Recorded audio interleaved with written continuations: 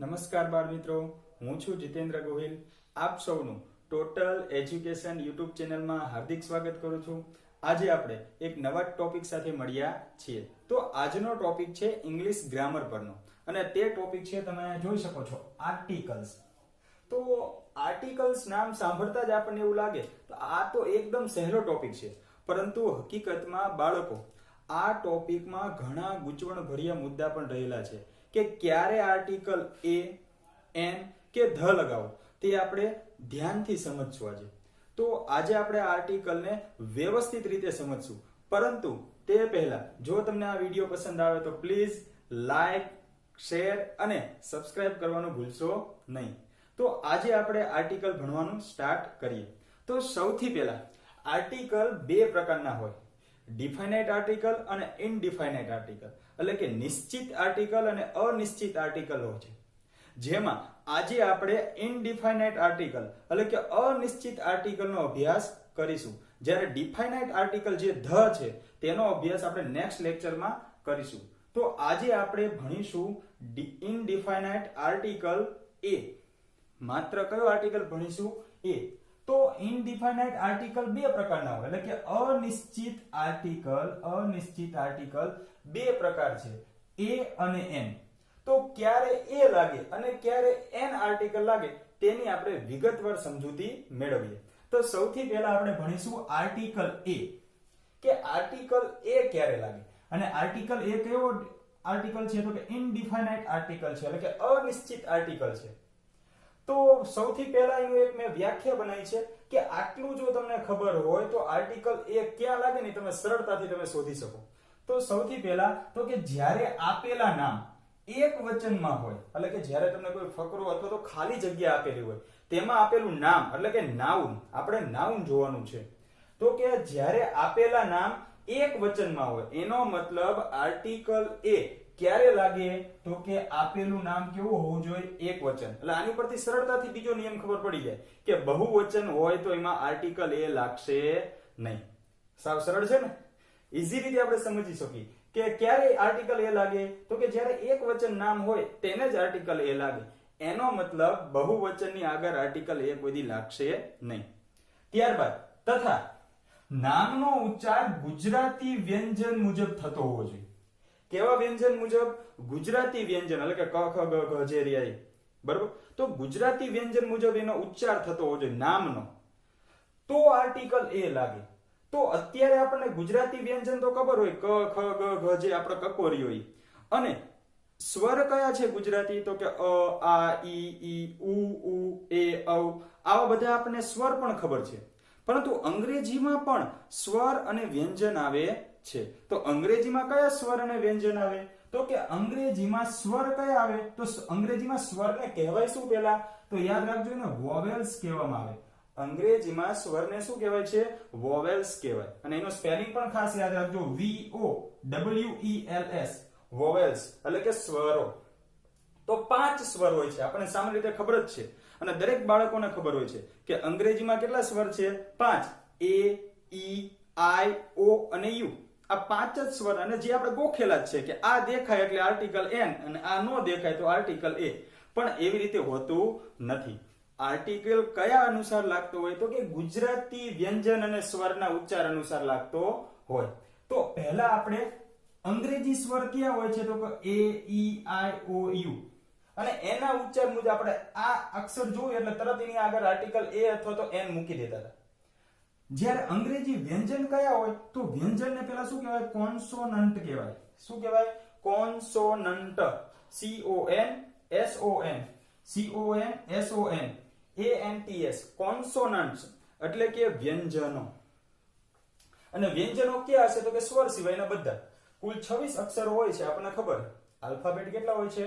26. એમાંથી 5 સ્વર છે, તો બાકીના જે 21 રહ્યા દરેક શું હશે? વ્યંજન હશે. પરંતુ આપણે આર્ટિકલ એ ક્યારે લાગે? તો આપણે આ નથી જોવાનું, એટલા માટે મેં આ ચોકડી મારી. આપણે આર્ટિકલ એ કે એન ક્યારે લાગે ઈ આપણે આ મુજબ હવે જોશું નહીં. તો આપણે કઈ રીતે જોવાનું કે આર્ટિકલ એ લાગશે કે એન?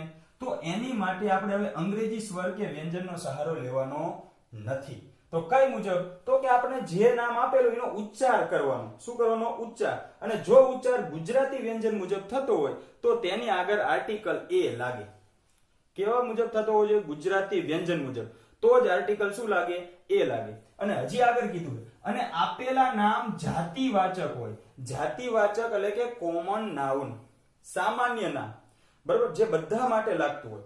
જેમ કે હું કહું વિદ્યાર્થી, તો વિદ્યાર્થી દરેક માટે લાગે. એ 7મા ધોરણમાં ભણતો હોય તો ભલે, 8મામાં ભણતો હોય તો ભલે, 10મામાં ભણતો હોય તો ભલે, અને કોઈ સ્ટુડન્ટ એટલે કોલેજનો સ્ટુડન્ટ હોય તો ભલે. તો વિદ્યાર્થી દરેકને કહી શકાય. તો વિદ્યાર્થી રહ્યું એ કોમન નાઉન છે, સામાન્ય નામ છે. તો આવા સામાન્ય નામની આગળ જ આર્ટિકલ એ લાગે છે. જ્યારે કોઈ પ્રોપર નાઉન હોય એટલે કે કોઈ વ્યક્તિવાચક તમને નામ આપી દીધું હોય કે હું એમ કહું આઈ એમ જીતેન્દ્ર, તો એમાં એ નો લાગે, કારણ કે જીતેન્દ્ર એ ચોક્કસ નામ છે અને જે મારું છે, એટલા માટે એની આગળ આર્ટિકલ એ કે એન એક પણ આર્ટિકલ લાગતા નથી. તો આ ખાસ યાદ રાખવું. તો આપણે ખાલી કેટલું યાદ રાખવાનું? આર્ટિકલ એ ક્યારે લાગે? તો કે પેલા નામ એક વચનમાં હોવું જોઈએ, એનો ઉચ્ચાર ગુજરાતી વ્યંજન મુજબ થવો જોઈએ, અને એ કેવું નામ હોવું જોઈએ? સામાન્ય એટલે કે કોમન નાઉન હોવું જોઈએ. તો આ 3 વસ્તુ યાદ રાખો એટલે તમને આર્ટિકલ એ ક્યાં લાગે એ તરત ખબર પડી જાય. તો આપણે એના ઉદાહરણ દ્વારા થોડીક સમજૂતી મેળવીએ. જો તો સૌથી પહેલું મેં એક ઉદાહરણ લીધું છે, આઈ એમ અ સ્ટુડન્ટ. તો તમે આ જોઈ શકો એ શા માટે લાગ્યો? કારણ કે આ જે સ્ટુડન્ટ છે, સ્ટુડન્ટ મારે એનો ઉચ્ચાર કરવાનો છે. આ જે તમને સ્પેલિંગ આપેલો છે સ્ટુડન્ટ, એ નામ છે, નાઉન છે. તો મારે પહેલા એનો ઉચ્ચાર કરવાનો. આપણે આ એસ કે ઈ નથી જોવાનું. પહેલા આપણે એવું જોતા હતા કે અહીંયા એ ઈ આઈ ઓ યુ હોય, બરોબર, તો એની આગળ શું લાગે? એન આર્ટિકલ લાગે, અને એની સિવાયનું હોય તો એની આગળ એ લાગે. એ રીતે પણ સાચું, પણ એ નિયમ દરેક જગ્યાએ લાગુ પડતો નથી. એટલા માટે આપણા સામાન્ય નિયમ છે કે જે દરેક જગ્યાએ તમારે લાગુ પડશે. તો આપણે શું હશે? જે તમને કઈ નામ આપેલું છે એનો ઉચ્ચાર કરવાનો છે. તો આ સ્ટુડન્ટ, તો સ્ટુડન્ટ બોલો તો એને આ રીતે લખાય, સ્ટુડન્ટ. તો એમાં સ્ટુડન્ટમાં પહેલો શું અક્ષર આવશે? સ. અને આ સ રહ્યું શું છે? તો કે ગુજરાતી વ્યંજન છે. તો આનો મેં ઉચ્ચાર કર્યો અને મને ગુજરાતી વ્યંજન મળ્યો, તો એનો મતલબ એની આગળ કયો આર્ટિકલ લાગશે? એ આર્ટિકલ લાગે. તો આપણે આનો ઉચ્ચાર કરવાનો છે, અર્થ નથી કહેતો. સ્ટુડન્ટ આ એનો ઉચ્ચાર થયો, અને સ્ટુડન્ટ એટલે વિદ્યાર્થી, વિદ્યાર્થી એનો અર્થ છે. આપણે એનો માત્ર શું કરવાનો છે? ઉચ્ચાર કરવાનો છે. અને જો ઉચ્ચાર ગુજરાતી વ્યંજન મુજબ થતો હોય તો તેની આગળ આર્ટિકલ એ લાગે. અને તમે જોઈ જ શકો છો આ જે સ્ટુડન્ટ રહ્યું એ કેવું છે? સામાન્ય, કોમન નાઉન છે, બધા માટે લાગી શકે. એ 7મા ધોરણનો હોય તો ભલે, 5મા ધોરણનો હોય તો ભલે, કોઈ પણ ધોરણનો અથવા તો કોઈ પણ કોલેજનો હોય તો ભલે, એને શું કહી શકાય? સ્ટુડન્ટ કહી શકાય. એટલા માટે અહીંયા શું લાગશે? આર્ટિકલ એ લાગશે. પણ તમને ચોક્કસ સ્ટુડન્ટ કીધું હોત તો, દાખલા તરીકે એમ કીધું હોય કે આઈ એમ અ કોલેજ સ્ટુડન્ટ, આઈ એમ અ કોલેજ સ્ટુડન્ટ, તો અહીંયા એ નહીં લાગે. અહીંયા તમારે ચોક્કસ કહી દીધું કે હું કોલેજનો વિદ્યાર્થી, અથવા તો આઈ એમ અ એન્જિનિયર, તો અહીંયા એન લાગશે, બરાબર, કારણ કે ચોક્કસ કીધું એટલા માટે. તો અત્યારે આપણે અહીંયા એટલું યાદ રાખવાનું છે કે આ સ્ટુડન્ટ, સ્ટુડન્ટમાં સ આવે છે અને ગુજરાતી વ્યંજન મુજબ છે, એટલે એની આગળ શું લાગશે? આર્ટિકલ એ લાગે. ત્યારબાદ બીજું ઉદાહરણ જોઈ, સી ઇઝ અ ડોક્ટર, તેણી ડોક્ટર છે. તો આપણે તો ખાલી એનું નામ જ પકડવાનું છે. તો નામ આનું પકડશો તો આમાં શું નાઉન શું છે? તો કે ડોક્ટર. તો આ ડોક્ટર નો ઉચ્ચાર કરો તો આગળ ડોક્ટરમાં આગળનો પહેલો અક્ષર શું આવે? ડ. અને ડ શું છે? તો કે ગુજરાતી વ્યંજન છે. એટલા માટે ડોક્ટર ની આગળ શું મુકાય? આર્ટિકલ એ મુકાય. અહીંયા આર્ટિકલ એમ કે ધ આવશે નહીં. પછી ત્રીજું, ધીસ ઇઝ અ કેટ. તો જો આમાં આર્ટિકલ એમ એ કેવી રીતે આવ્યો? તો કે ધીસ ઇઝ અ કેટ, એટલે કે આ બિલાડી છે. એટલે કે આમાં કેટ એ નાઉન છે, નામ છે, પણ આ કેટ કેવી છે એની વિશેની કઈ જ વાત નથી. તો આ કેટમાં પહેલો કયો અક્ષર આવે એનો ઉચ્ચાર કરો તો ક, અને આ ક રહ્યું એ શું છે? ગુજરાતી વ્યંજન છે. અને જો ગુજરાતી વ્યંજન થી એનો ઉચ્ચાર થતો હોય નામનો, તો એની આગળ કયો આર્ટિકલ મૂકવાનો? આપણે આર્ટિકલ એ મૂકવો પડે. પણ આ મને એમ કીધું હોય તો this is a black cat, તો આ બ્લેક કેટ કીધું એ ચોક્કસ નામ થઈ ગયું, કાળી બિલાડી. તો ચોક્કસ નામ હોય તો એની આગળ પાછું આર્ટિકલ ધ લાગે. એની આગળ કયો આર્ટિકલ લાગે? ધ. પણ આ મને કોઈ એવું આગળ કઈ આપેલું નથી વિશેષણ.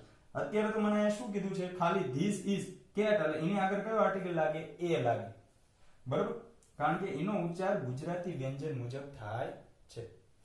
ત્યારબાદ ચોથું ઉદાહરણ, ધેટ ઇઝ અ ટ્રી. પહેલું ઝાડ છે.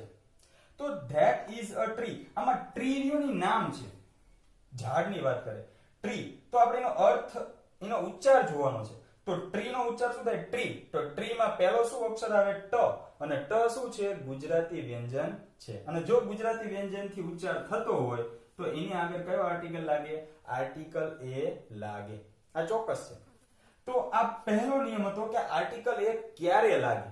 તો કે જ્યારે તમને કોમન નાઉન આપેલું હોય, એટલે કે સામાન્ય નામ આપેલું હોય અને એનો ઉચ્ચાર ગુજરાતી વ્યંજન મુજબ થતો હોય તો એની આગળ આર્ટિકલ એ લાગે. અને પાછું નામ કેવું હોવું જોઈએ? એક વચનમાં હોવું જોઈએ. આ કેટ્સ કે સ્ટુડન્ટ્સ એવું નથી લાગેલું, બરોબર? આની પાછળ એસ લગાવી દો સ્ટુડન્ટ્સ, તો એ બહુવચન થઈ જાય. તો બહુવચનની આગળ કોઈ આર્ટિકલ લાગે નહીં. આ ખાસ યાદ રાખો.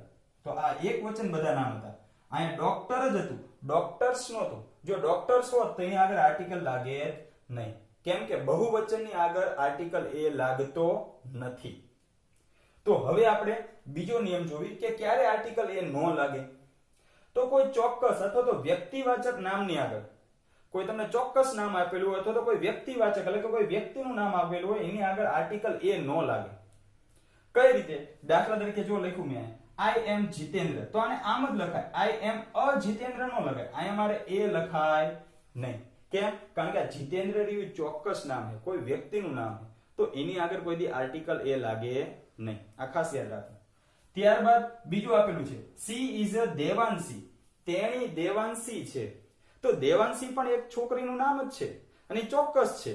તો એટલા માટે એની આગળ શું હશે? તો કે આર્ટિકલ એ લાગશે નહીં. નામની આગળ કોઈ દી આર્ટિકલ લાગતા નથી. આ ખાસ યાદ રાખો. પછી આગળ હી લીવ્સ ઇન આનંદ, એટલે કે તે આણંદમાં રહે છે. તો આ આણંદ રહ્યું ઈ ગામનું નામ, મૂળ તો નામ જ છે ચોક્કસ કોઈ. તો આણંદ એ એક ગામનું નામ છે. તો આણંદ, તે આણંદમાં રહે છે. તો આણંદ રહ્યું ચોક્કસ નામ છે. એટલા માટે એની આગળ આર્ટિકલ એ અહીંયા લાગશે નહીં. તો આ બીજો નિયમ હતો કે આર્ટિકલ એ ક્યારે ન લાગે.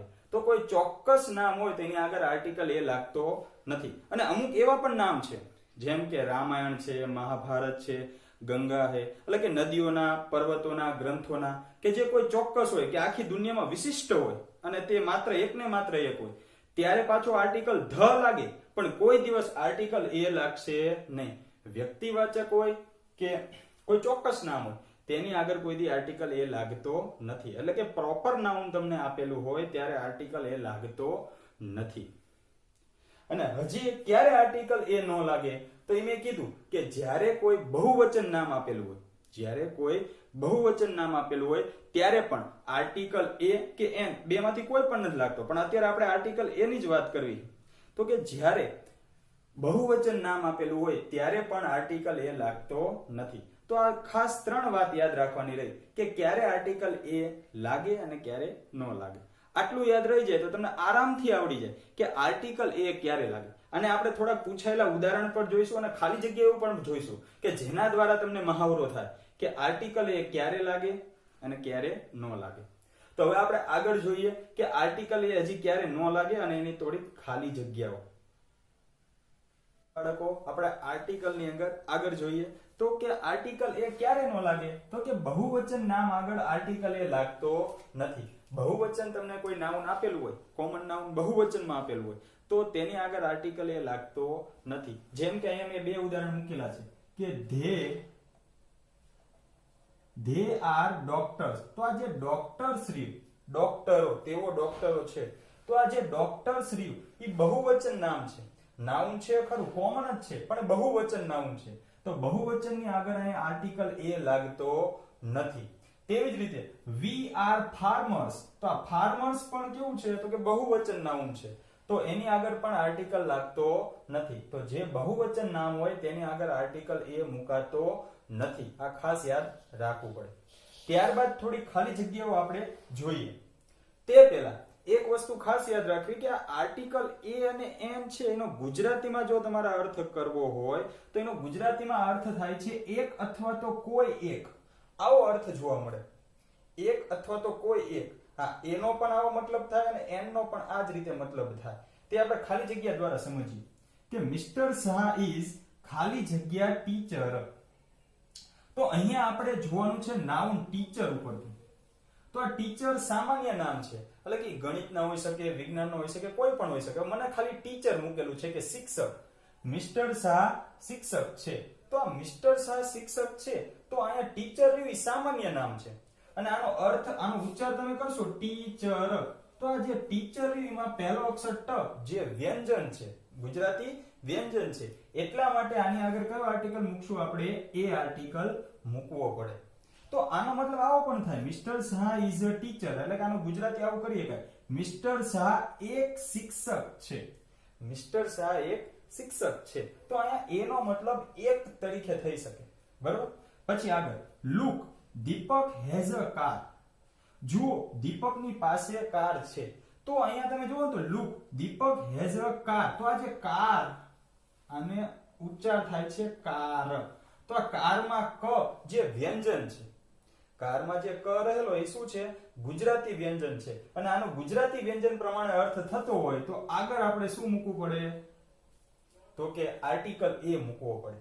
તો અહીંયા તમે આનો ગુજરાતી અર્થ કરશો ને, look Deepak has a car, તો આનો ગુજરાતી મતલબ આવો થાય, જુઓ દીપકની પાસે કોઈ એક કાર છે. હવે કઈ કાર છે? કે મારુતિ સુઝુકી છે, કે ઓડી છે, કે બલેનો છે, કે એવું કોઈ ચોક્કસ અહીંયા મને કીધેલું નથી. તો આ કોઈ એક કાર છે, સામાન્ય નામ છે અને પાછું એક વચનમાં છે, અહીંયા એસ નથી લાગેલો, કાર્સ. તો પાછું આગળ આર્ટિકલ મૂકીએ નહીં. તો અહીંયા કાર, તો કારની આગળ શું આવશે? એ આર્ટિકલ આવશે. ત્યારબાદ ત્રીજું ઉદાહરણ જોઈએ. That farmers has ખાલી જગ્યા horse, ખાલી જગ્યા ox and ખાલી જગ્યા buffalo.